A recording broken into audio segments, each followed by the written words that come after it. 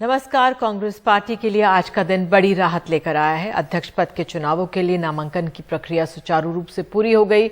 सबसे पहले शशि थरूर ने भरा नामांकन, फिर मल्लिकार्जुन खड़गे ने। कांग्रेस अध्यक्ष पद की रेस में मल्लिकार्जुन खड़गे आगे हैं। हालांकि गांधी परिवार ने कहा है कि वे न्यूट्रल रहेंगे, लेकिन जिस तरह कल देर रात नाम सामने आया और फिर सुबह दिग्विजय सिंह उनसे मिलने गए, स्थिति जो थी वो स्पष्ट हो गई। मल्लिकार्जुन खड़गे कर्नाटक से आते हैं, 9 बार के विधायक हैं, 2 बार लोकसभा जीते हैं, वो भी तब जब बीजेपी की लहर थी 2014 में। फिलहाल राज्यसभा से सांसद हैं और नेता विपक्ष भी हैं। 1972 में पहली बार विधायक बने हैं राजीव गांधी के साथ, और कांग्रेस यूपीए कार्यकाल में कई बार मंत्री पद उन्होंने संभाले हैं। अगर ये चुनाव जीत जाते हैं तो कांग्रेस की राजनीति में 51 साल बाद कोई दलित चेहरा बाबू जगजीवन राम के बाद अध्यक्ष पद को संभालेगा। जगजीवन राम 1970-71 में कांग्रेस अध्यक्ष थे। तो 50 साल से ज्यादा राजनीति में सक्रिय खड़गे ने आज नामांकन दाखिल करने के बाद कहा है कि जब वो 8वीं और 9वीं कक्षा में पढ़ते थे तब कांग्रेस के पर्चे दीवालों पर चिपकाते थे। नेहरू, गांधी, अंबेडकर की विचारधारा को बढ़ाते रहेंगे। आइए सुनते हैं। जो लड़ाई हमेशा लड़ते हुए आया हूं और लड़ना चाहता हूं कि कांग्रेस पार्टी के जो उसूल हैं, जो आइडियोलॉजी है, उस आइडियोलॉजी के साथ मैं बचपन से जुड़ा हूं। जब मैं 8th 9th में पढ़ता था तब मैं पर्चे बांटता था, दीवारों पे लिखने की कोशिश करता था कि इस देश में पंडित जवाहरलाल नेहरू जी के उसूलों, गांधी जी के उसूल, डॉक्टर बाबा साहब अम्बेडकर जिसने संविधान तैयार किया, इन ऐसे नेताओं के विचारधारा को सामने रखते हुए मैं खासकर इस समय मुझे याद करना जरूरी है कि श्रीमती इंदिरा गांधी जी खुद गुलबर्गा आकर हम सबको प्रोत्साहित करके कांग्रेस में एक ऊर्जा तैयार करके कांग्रेस पार्टी में एक काम करने का मौका दिया, और पहला टिकट मुझे 1972 में मिला। तब से मैं लगातार चुन के आ रहा हूं। तो कल देर रात मल्लिकार्जुन खड़गे का नाम सामने आया और आज सुबह वो 10 जनपद पहुंचे। कांग्रेस के कई दिग्गज नेता उनके नाम के प्रस्तावक बने। इनमें अशोक गहलोत, आनंद शर्मा, मिका सोनी, पृथ्वीराज चव्हाण इत्यादि मौजूद दिखे। यानी इनमें G23 वाले नेता भी शामिल थे जिन्होंने पार्टी के अंदर की खामियां गिनाई थी। अशोक गहलोत ने नामांकन से पहले की कुछ तस्वीरें ट्वीट की हैं जब ये सब नेता एक साथ मिलकर बैठे हुए थे। मल्लिकार्जुन खड़गे कांग्रेस के संकट मोचक रहे हैं। दक्षिण भारत से आते हैं, हिंदी मूल भाषा नहीं है, 80 साल के हो गए। इस पर सुनते हैं कि उत्तराखंड के जो पूर्व मुख्यमंत्री हैं हरीश रावत ने क्या कहा। बिल्कुल दे पाएंगे, क्योंकि वो लगातार मेहनत करने वाले व्यक्ति हैं। आप ये समझिए, जिनका इस उम्र में भी ग्रास रूट के साथ इतना निकट का संबंध है और इतनी मेहनत करने वाला व्यक्ति जो है, आप कुछ मिलेंगे। बल्कि मैं तो कभी कभी उनसे कहता हूँ, आपको देख करके, काम करते देख करके हमको ईर्ष्या होती है कि हम भी आप इस स्थिति में कभी इतना काम कर पाएंगे। तो वो काम की कहीं कोई चिंता की बात नहीं है। और दूसरी जो लैंग्वेज बैरियर कुछ नहीं है, बहुत अच्छा लगता है। बल्कि जिस हिंदी में वो बात करते हैं वो हिंदी हिंदुस्तानी है, वही हिंदी है, वही भाषा है जो है जिसमें बात होनी चाहिए, जो खड़गे साहब कहते हैं। ये कोई ओरिटरी का कंपटीशन थोड़ी होता है। लीडरशिप के स्तर पर जो है आप किस तरीके से अपनी बात कह सकते हैं।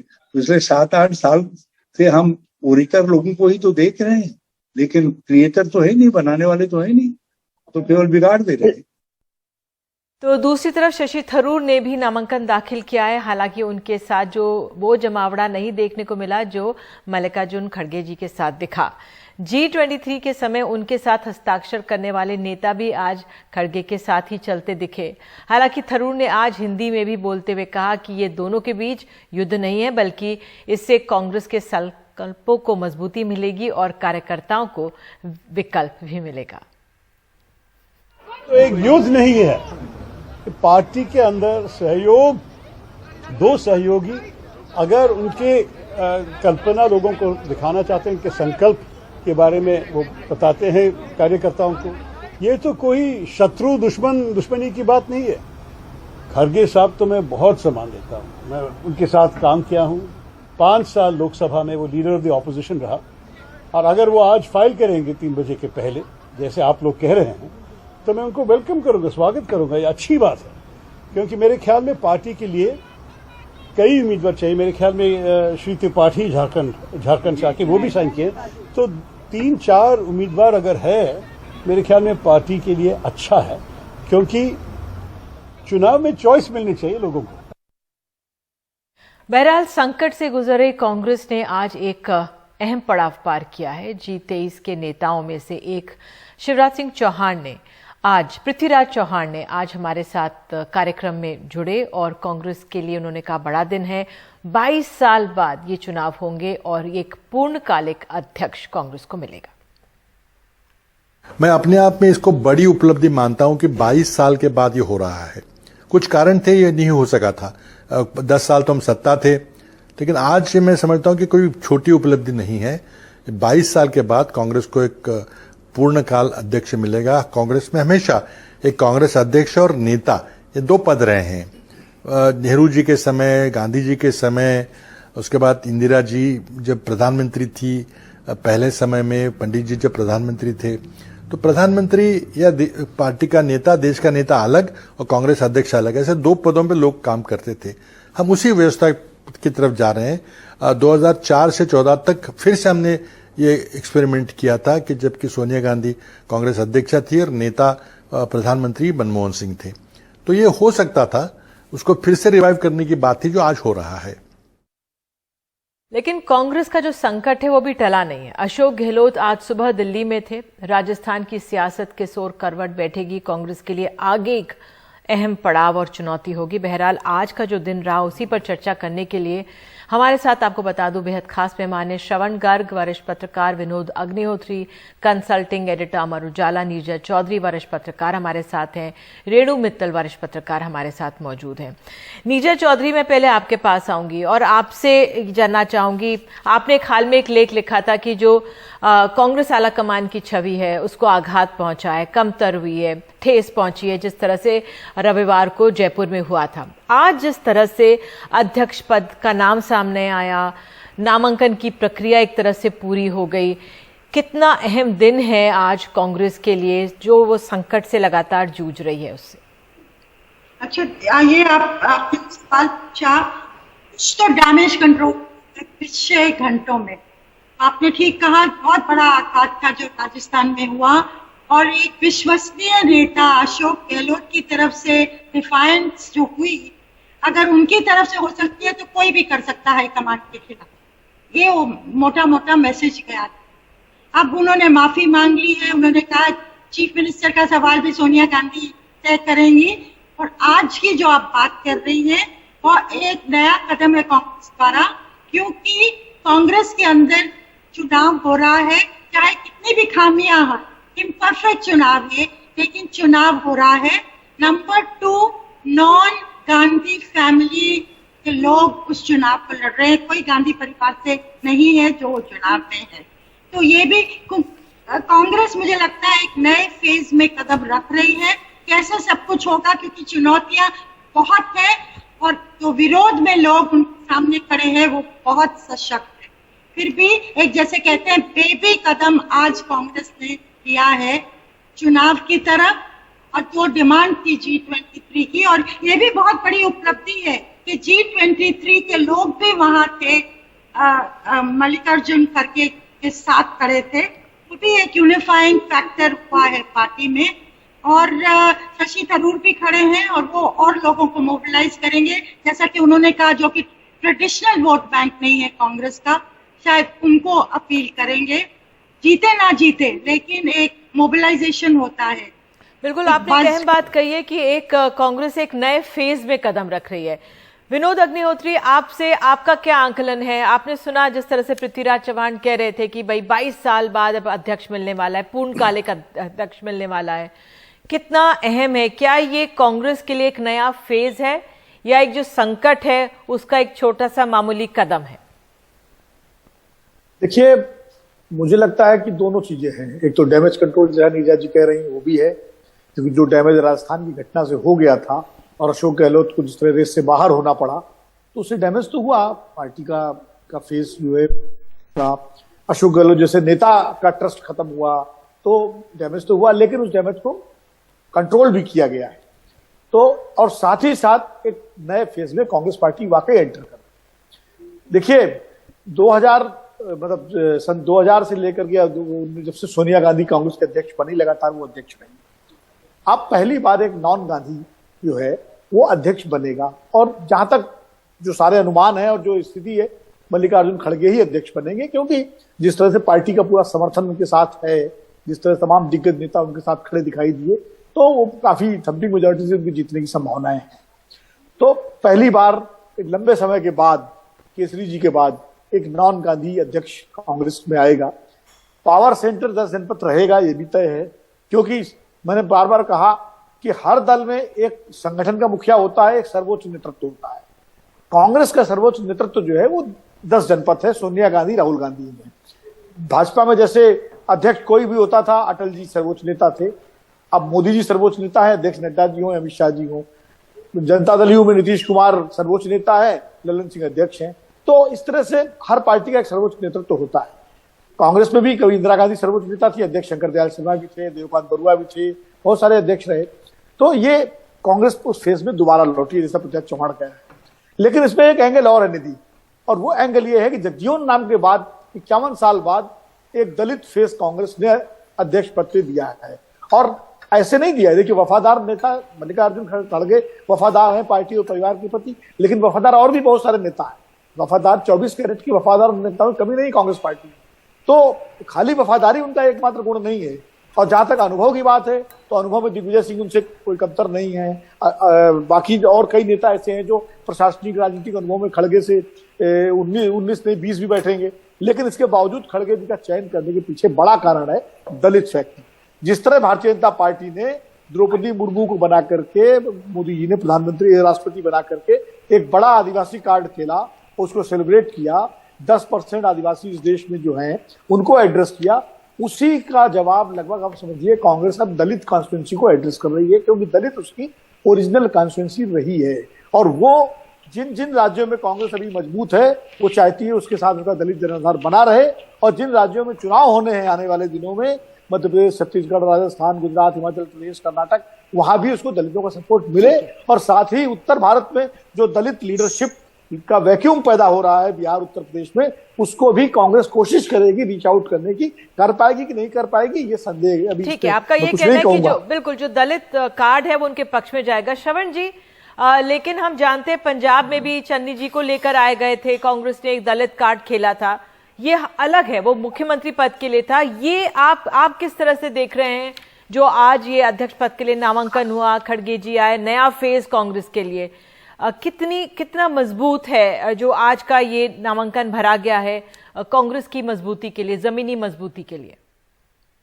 देखिए, मैं खड़गे साहब की योग्यता के बारे में कुछ नहीं कहना चाहता। वो बहुत योग्य है, अनुभवी है और उम्र भी है उनके साथ। मैं जो कहना चाहता हूं कि क्या 22 सालों के बाद चुनाव हुए हैं और राहुल गांधी पूरे देश में घूम रहे हैं एक नई कांग्रेस को जन्म देने के लिए, तो क्या देश इसी कांग्रेस की प्रतीक्षा कर रहा था जो खड़गे साहब के नेतृत्व में प्रकट हुई है, कि कोई अलग किस्म का नेतृत्व वो अपेक्षा कर रहा था कि वो चुनाव के जरिए व्यक्त होगा। मुझे लगता है कि ये दलित में इनको बांटना थोड़ा सा खड़गे साहब के साथ अन्याय होगा जी। हम गहलोत साहब को ओबीसी मान रहे थे, और अगर दिग्विजय सिंह खड़े होते तो हम शायद कहते कि एक हमारे पास स्ट्रांग हिंदू फेस और स्ट्रांग हिंदू सेकुलर फेस। ये डिवीजन करना ओबीसी में, दलित में ये थोड़ा सा खड़गे साहब के प्रति भी और कांग्रेस के प्रति भी अन्याय है। कुल मिला के सवाल यह है कि जो गांधी परिवार है वो कांग्रेस को कैसे चलाना चाहता है। इन चुनावों के जरिए ये स्पष्ट हुआ कि गांधी परिवार ने अपने आप को तो मुक्त कर लिया है, पर शक्ति का जो केंद्र है वो गांधी परिवार ही बना रहेगा। तो क्या कांग्रेस आजाद हो गई है? और क्या कांग्रेस में जो असंतोष पैदा हुआ, आप देखिए कि जो राजस्थान में घटना हुई है वो बहुत बड़ी घटना है। 2 घटनाएं बहुत बड़ी हैं। इतना बड़ा विद्रोह 192 विधायकों का, आला कमान को चुनौती, उसको अभी एड्रेस नहीं किया गया है। और जो G23 है, जो सामूहिक नेतृत्व की बात कर रहा था, शशि थरूर जब मिलने गए सोनिया जी से तो उन्होंने कहा नहीं, आपका स्वागत है, आप लड़िए, क्योंकि परिवार तटस्थ रहेगा, इसलिए उनके मुकाबले का कोई आधिकारिक प्रत्याशी नहीं होगा। आज जो शो हुआ है दिल्ली में वो तो यही हुआ है ना कि खड़गे साहब आधिकारिक प्रत्याशी हैं। तो ये जो कांग्रेस का एक जो चेहरा प्रकट हुआ है इस पूरी प्रक्रिया में, और राहुल गांधी जिस यात्रा के बाद एक नई कांग्रेस के जन्म की बात कर रहे थे, दोनों में काफी विरोधाभास है। जो चुनौती है भारतीय जनता पार्टी की इस समय, जिन राज्यों में चुनौती है, जिन हिंदी भाषी राज्यों में चुनौती है, खड़गे साहब के प्रति मेरा पूर्ण सम्मान है, पर जिस तरह के नेतृत्व की आज कांग्रेस को उत्तर भारत में जरूरत थी, जिस तरह के नेता की जरूरत थी, इसका मतलब कुल मिला के ये है कि पूरी की पूरी लड़ाई राहुल गांधी को लड़ना है। ठीक है, और जी बिल्कुल बिल्कुल, आपने अपनी बात ये साफ तौर पर कही है कि क्या वाकई में जिस नई कांग्रेस की बात परिकल्पना राहुल गांधी करते हैं, क्या ये उस ओर है। बहरहाल मैं ये भी समझ रही थी, आज जब पृथ्वीराज चौहान से बात हुई, वो G23 में थे, तो जो उनका एक आशय था वो इसी बात से संतुष्ट थे कि कोई एक अध्यक्ष होगा, पूर्णकालिक अध्यक्ष होगा, क्योंकि जो तमाम नेता हैं शायद वो 10 जनपद नहीं जाना चाहते, उनके लिए भी कोई मध्यस्थ हो जिनसे वो जाके बात कर सकें, कुछ कह सकें। क्या ये एक मध्यस्थ की भूमिका निभाएंगे? ये एक है मैं अपने आप में। रेणु मित्तल, आपका क्या आंकलन, आज कितना अहम पड़ाव है कांग्रेस के लिए? जी देखिए, इलेक्शन हमेशा डेमोक्रेसी में एक वेलकम स्टेप होता है। जितना ज्यादा इलेक्शन होगा उतना ज्यादा पार्टी मजबूत होगी। सोनिया गांधी हमेशा इलेक्शन से डरती रही, उन्होंने CWC में इलेक्शन नहीं करवाए, कांग्रेस प्रेसिडेंट के कोई मीनिंगफुल इलेक्शन नहीं कराए। G23 कोई रेबल आउटफिट नहीं था। G23 सिर्फ ये कह रहा था कि हमें एक फुल टाइम प्रेसिडेंट चाहिए, हमें चुनाव चाहिए, हमें इंटरनल रिफॉर्म चाहिए, क्योंकि पार्टी बार बार लगातार चुनाव हार रही थी और ये इशू एड्रेस कर रहे थे। राहुल गांधी और बाकी गांधी फैमिली ने इसको एक रिबेलियन मांगा, एक बेट्रियल मांगा, जो मेरे ख्याल में वो सही नहीं था। और जहां तक कि प्रेसिडेंट का सवाल है, मेरा मानना है कि जो लड़ाई है वो परसेप्शन की लड़ाई है। जो लीडर कांग्रेस का होगा वर्सेस नरेंद्र मोदी, आपको नरेंद्र मोदी से लड़ना है, आपको चुनाव जीतना है। आप कैसे खड़गे जी को सामने रख के आप चुनाव जीतेंगे? मेरा मानना यह है कि एक young, dynamic, articulate, charismatic leader लाना चाहिए था कांग्रेस को, जो जाता हाथ हिलाते हुए पूरे देश में भ्रमण करता। बाकी हो सकता है कि गांधी फैमिली अपना पॉलिटिक्स करता और पार्टी को चलाता, कोई फर्क नहीं पड़ता। पर जो परसेप्शन की लड़ाई है वो आप जीत नहीं पाए। जो आपकी चॉइस थी वो एक सेफ चॉइस थी, क्योंकि आप बहुत घबरा गए जिस तरह से गहलोत जी ने रिबेलियन किया। अगर नंबर 1 लॉयलिस्ट आपके खिलाफ हो जाएगा तो बाकी 2, 3, 4, 5, 6 क्या करेंगे? ये सोनिया गांधी आज की तारीख में बहुत ज्यादा शॉक है और हर्ट है। वो इमेजिन नहीं कर सकती थी कि गहलोत जी ये कर सकते हैं। तो इसके बाद उन्होंने एक सेफ चॉइस अपनाई, जो थे मिस्टर खड़गे। खड़गे है सेफ चॉइस, पर क्या दलित उनको एक्सेप्ट करेगा? क्या नॉर्थ इंडिया उनको एक्सेप्ट करेगा? क्या आप ये परसेप्शन की लड़ाई जीतेंगे? क्या इससे आपको कोई फायदा होगा? जरूर आपको एक फुल टाइम अध्यक्ष मिल जाएगा, और उसके आगे क्या? जो मेरा मानना यह है कि राहुल गांधी अपनी यात्रा करते रहेंगे, की बात ही है। जैसे बीजेपी में हम देखते हैं नरेंद्र मोदी हैं, अमित शाह हैं, लेकिन अध्यक्ष अगर JP नड्डा बने हुए हैं, लेकिन चलती तो प्रधानमंत्री की और गृह मंत्री की है। तो वैसे क्योंकि ही वो- पार्टी अध्यक्ष में बने, लेकिन एक परसेप्शन की बात है जिस तरह से नड्डा जी देश भर में घूमते हैं और पार्टी के लिए प्रचार करते हैं। नीरजा, मैं फिर आपके पास आऊंगी आपसे, तो क्या आज का दिन ये माना जाए सिर्फ प्रतीकात्मक है या वाकई में कांग्रेस ने भले ही अपनी सेफ्टी के लिए आहत है कांग्रेस इस समय ये कदम चला हो, लेकिन इसका फायदा कितना, और क्योंकि राजस्थान का तो संकट अभी बना ही हुआ है। देखिए, आज क्या जरूरत है कांग्रेस को? क्या कांग्रेस को चेहरे की जरूरत है? और चेहरे को लेके तो जैसे पृथ्वीराज चौहान ने कहा, औरों ने भी कहा है, उन्होंने नेता, लीडर, चेहरे को प्रेसिडेंट, कांग्रेस के प्रेसिडेंट से अलग कर दिया है, जैसे कि पहले होता था। ये दो अलग एंटिटीज होंगी। राहुल गांधी चेहरा होगा जो लग रहा है, और प्रेसिडेंट खड़गे होंगे। अब प्रेसिडेंट का रोल क्या रहेगा, जो सबसे अहम रोल होने वाला है? कांग्रेस को दो चीजें चाहिए हैं: ऑर्गेनाइजेशन को रिवाइव करना, मजबूत करना, दोबारा एक मोटिवेशन देना काडर को, ये बहुत अहम चीज है। दूसरा, ऑपोजिशन लीडर्स के साथ बैठ के ऑपोजिशन यूनिटी को फोर्ज करना। ये दो चीजें हैं। आपको ग्राउंड लेवल पे ये नहीं मैटर करेगा कि नरेंद्र मोदी के खिलाफ कौन है, उनके पास वो उस तरह की शख्सियत है ही नहीं ऑपोजिशन में। वो मैटर करेगा आप कॉन्स्टिट्यूएंसीज में 1-on-1 कॉन्टेस्ट कर सकते हैं कि नहीं कर सकते, और वो बहुत पेंसटेकिंग काम है ऑपोजिशन को इकट्ठा करना। हर कॉन्स्टिट्यूएंसी में 4 लोग नहीं खड़े हों ऑपोजिशन की तरफ से, एक खड़ा हो यूनाइटेड।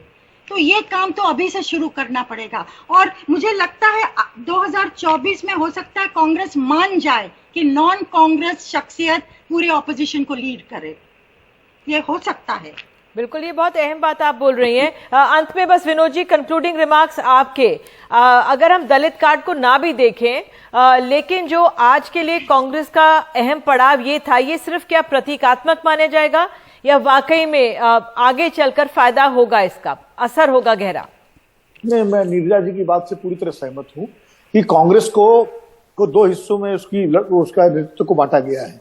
चेहरा भी, जैसे कहा जा रहा था कि चेहरा ऐसा होना चाहिए जो हाथ हिलाए और परसेप्शन क्रिएट करे, तो वो भूमिका तो राहुल गांधी कर रहे हैं। वो हाथ हिला रहे हैं, यात्रा कर रहे हैं, लोगों से मिल रहे हैं, गले मिल रहे हैं, वो सारे काम राहुल गांधी कर रहे हैं। अब किसी को पसंद आए ना आए अलग बात है, अब जनता उनको कैसे स्वीकार करती है ये भविष्य बताएगा, लेकिन वो काम राहुल गांधी कर रहे हैं। संगठन के कील कांटे दुरुस्त करना, स्टेट यूनिट्स को ठीक करना, पीसीसीज को ठीक करना, डिस्ट्रिक्ट यूनिट में करना जो नीरजा जी कह रही हैं, और अलायंसेस। चूंकि खड़गे जी राज्यसभा लोकसभा में विपक्ष नेता रहे हैं, तो विपक्ष के सारे नेताओं से उनके बहुत अच्छे रिश्ते हैं, 1-to-1 रिश्ते हैं। वो शरद पवार से भी बात कर सकते हैं, वो नीतीश कुमार से भी बात कर सकते हैं, सबसे कर सकते हैं, अखिलेश यादव से, तो वो एक उनकी उपयोगिता बहुत रहेगी। और दलित वाली बात मैं इसलिए कह रहा हूं, मोदी जी का भी ओबीसी होना बताया जाता है। इस देश में जाति यथार्थ है भाई, उसको हम आउट नहीं कर सकते। राजनीति का अंतिम सत्य है इस देश में जाति, उसको हम कितना भी आदर्शवादी बन जाए, वो रहेगी जब तक ये जातियां हैं। बिल्कुल, आप सही कह रहे हैं। मेरे पास समय इतना, आप सभी जुड़े, बहुत बहुत धन्यवाद। तो वाकई में कांग्रेस एक नए फेज में जा रही है। कांग्रेस के लिए आज का दिन इतना अहम है अपने आप में, लेकिन जो कांग्रेस के संकट हैं वो धीरे धीरे ही कम होंगे। अभी राजस्थान, आज अध्यक्ष पद के नामांकन हो गया। अब अगला पड़ाव जो होगा कांग्रेस के लिए वो होगा कि किस तरह से राजस्थान का संकट तय होता है। तो फिलहाल आप सब जुड़े, इसके लिए धन्यवाद। कुछ अहम खास खबरें लेकर हाजिर होंगे एक ब्रेक के बाद।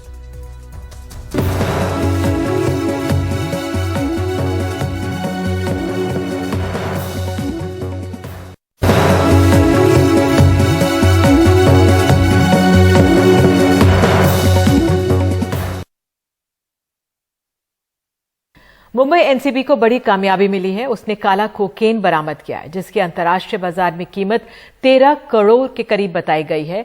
ब्लैक कोकेन की खासियत यह है कि वो स्कैनिंग में भी नहीं दिखती और खोजी कुत्तों को उसकी गंध भी नहीं आती है। यह है काला कोकीन, 1-2 ग्राम नहीं, पूरे 3 किलो 20 ग्राम, जिसकी बाजार में कीमत तकरीबन 13 करोड़ रुपए है। बोलिविया की महिला इसे ब्राजील से गोवा ले जाने की फिराक में थी, लेकिन नारकोटिक्स कंट्रोल ब्यूरो ने मुंबई एयरपोर्ट पर ही बरामद कर लिया। ये बेसिकली आ रही थी एक फ्लाइट से जो ब्राजील से गोवा तक है, लेकिन उसका लेओवर था मुंबई में। तो जैसे ही वो दूसरा फ्लाइट पकड़ने के लिए दौड़ रही थी, तो हम लोगों ने इसको साइड में कर लिया, पूछताछ की। सेटिस्फैक्टरी आंसर नहीं दे पाई, फिर उसके बैगेज चेक किया तो कैविटीज दिखी। तो कैविटीज में देखा तो 12 अलग अलग टाइप के पैकेजेस थे, और वो जब खोल के देखा तो उसमें काला सब्सटेंस था, और बाद में उसने भी कबूल किया कि ये कोकेन है और ये ब्लैक कोकेन है। एनसीबी के मुताबिक देश में पहली बार इस तरह का काला कोकीन पकड़ा गया है। खोजी कुत्तों और एजेंसियों की आंख में धूल झोंकने के लिए तस्कर ने कोकीन में एक केमिकल मिलाकर उसका रंग बदल दिया और गंध भी बदल दी, ताकि खोजी कुत्ते भी चकमा खा जाएं। यहाँ तक कि काला कोकीन स्कैनर में भी नहीं दिखता, लेकिन एनसीबी की भेदी नजर से काला कोकीन बच नहीं पाया। महिला से पूछताछ के बाद गोवा में उसके साथी की जानकारी मिली। गोवा भी मेरा जुरिडिक्शन है, तो हमारी टीम एक्टिवेट हुई। मुंबई की टीम गोवा में ज्वाइन की। हम लोगों ने एक होटल में 2 दिन तक ट्रैप लगाया, और दूसरे दिन हमको सफलता मिली। एक फॉरेन नेशनल उसको डिलीवरी के लिए आ गया। वो नाइजीरियन था, वो काफी दिनों से गोवा में ही रह रहा है, स्टूडेंट वीसा पे इंडिया में आया था, और उसका एक काम है ट्रैफिकिंग करना। एनसीबी के मुताबिक मुंबई एयरपोर्ट से गोवा तक 3 दिन तक चले इस ऑपरेशन में एक बोलिवियाई महिला और नाइजीरियन पुरुष को गिरफ्तार किया गया है। नाइजीरियन व्यक्ति गोवा में रहकर सिर्फ गोवा ही नहीं बल्कि दूसरे राज्यों में भी नशे का कारोबार करता था।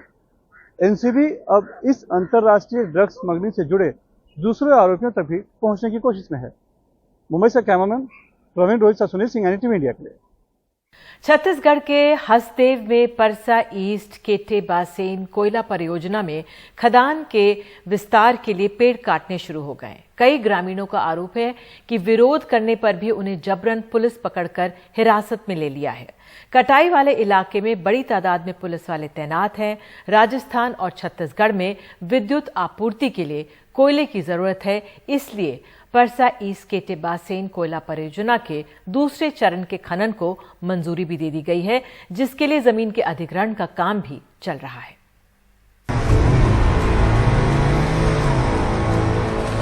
$600 लोगों की 20 टीम, 150 से ज्यादा आरा मशीन ने 43 हेक्टेयर में 8000 पेड़ काट दिए।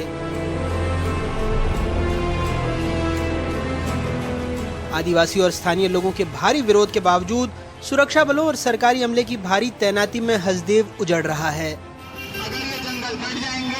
स्थानीय लोग कहते हैं कोयले के खनन के लिए 8 लाख पेड़ काटे जाएंगे।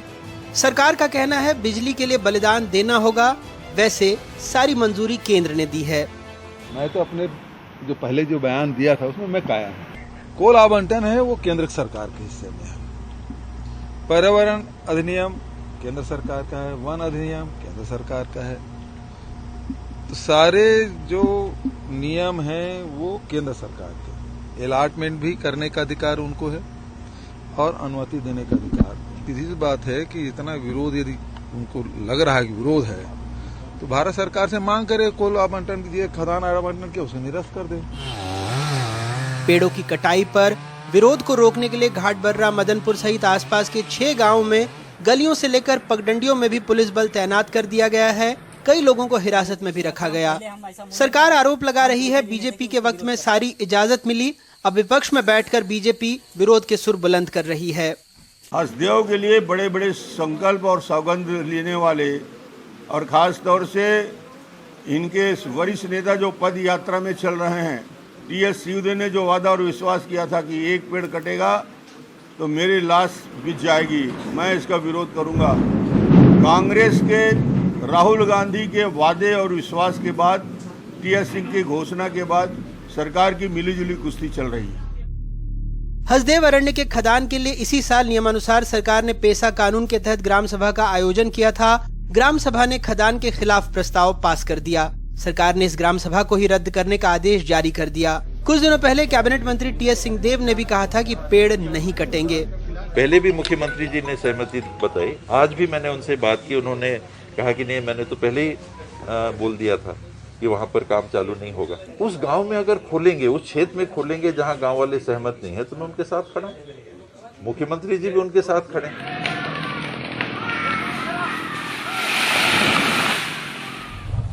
स्थानीय लोग 1 दशक से भी ज्यादा वक्त से हसदेव के जंगलों को खनन के लिए दिए जाने का विरोध कर रहे हैं। 2015 में राहुल गांधी ने भी संघर्ष का समर्थन किया था। इस साल अप्रैल में जब खनन की औपचारिक अनुमति मिली तो घोटबर्रा की गोंड आदिवासियों ने पेड़ों से लिपटकर चिपको आंदोलन की तर्ज पर अपना विरोध जताया था। जिस जंगल में पेड़ काटे गए हैं, ये उस जगह पे शासन के निर्देश पे घाटबर्रा गांव की ग्राम सभा हुई, जिसमें ग्राम सभाओं ने खनन के प्रस्ताव को खारिज किया। वन अधिकार मान्यता कानून ऐतिहासिक कानून है जिसको यूपीए ने बनाया था। आज तक वहाँ पे लोगों के वन अधिकारों के राइट सेटल नहीं हुए। और सबसे महत्वपूर्ण बात यह है कि राहुल गांधी से लेकर भूपेश बघेल जी लगातार हस्तियों को बचाने के लिए न सिर्फ ग्रामीणों के साथ अपना समर्थन देते रहे हैं, बल्कि उनके आंदोलन को जायज किया है और संकल्प किया है उनके साथ खड़े होने का। लेकिन दुखद रूप से कहना पड़ेगा कि आज वही सरकार गैर कानूनी रूप से संवैधानिक प्रक्रियाओं के विरोध में जाके पर्यावरण की चिंताओं को दरकिनार करके और अपने ही वादों से मुकर के हस्तियों के इस जंगल का विनाश कर रही है। ये इलाका संविधान की 5वीं अनुसूची के अंतर्गत आता है, जहां पेशा कानून लागू है। 2006 के वन अधिकार कानून के तहत आदिवासियों को हसदेव के जंगलों में सामुदायिक वन अधिकार भी मिले हैं। हसदेव अरण्य हाथियों के घूमने का भी इलाका है। Wild life institute of India की रिपोर्ट कहती है, जैव विविधता के सबसे समृद्ध इस इलाके में जानवरों और परिंदों की 350 से ज्यादा प्रजातियां पाई जाती हैं। केंद्र सरकार से हसदेव में सभी कोयला ब्लॉक को निरस्त करने का संकल्प छत्तीसगढ़ विधानसभा ने जुलाई 2022 में सर्वसम्मति से पारित किया था। राहुल गांधी भी कहते रहे हैं कि हसदेव में पेड़ नहीं कटेंगे, लेकिन वहां पेड़ काटे जा रहे हैं। इस मामले में हर तरफ से विरोध हो रहा है, लेकिन जाने क्यों सियासी दलों में एक चुप्पी सी है, एक सहमति सी दिखती है। हसदेव से कैमरा पर्सन रिजवान खान के साथ अनुराग द्वारी, एनडीटीवी इंडिया।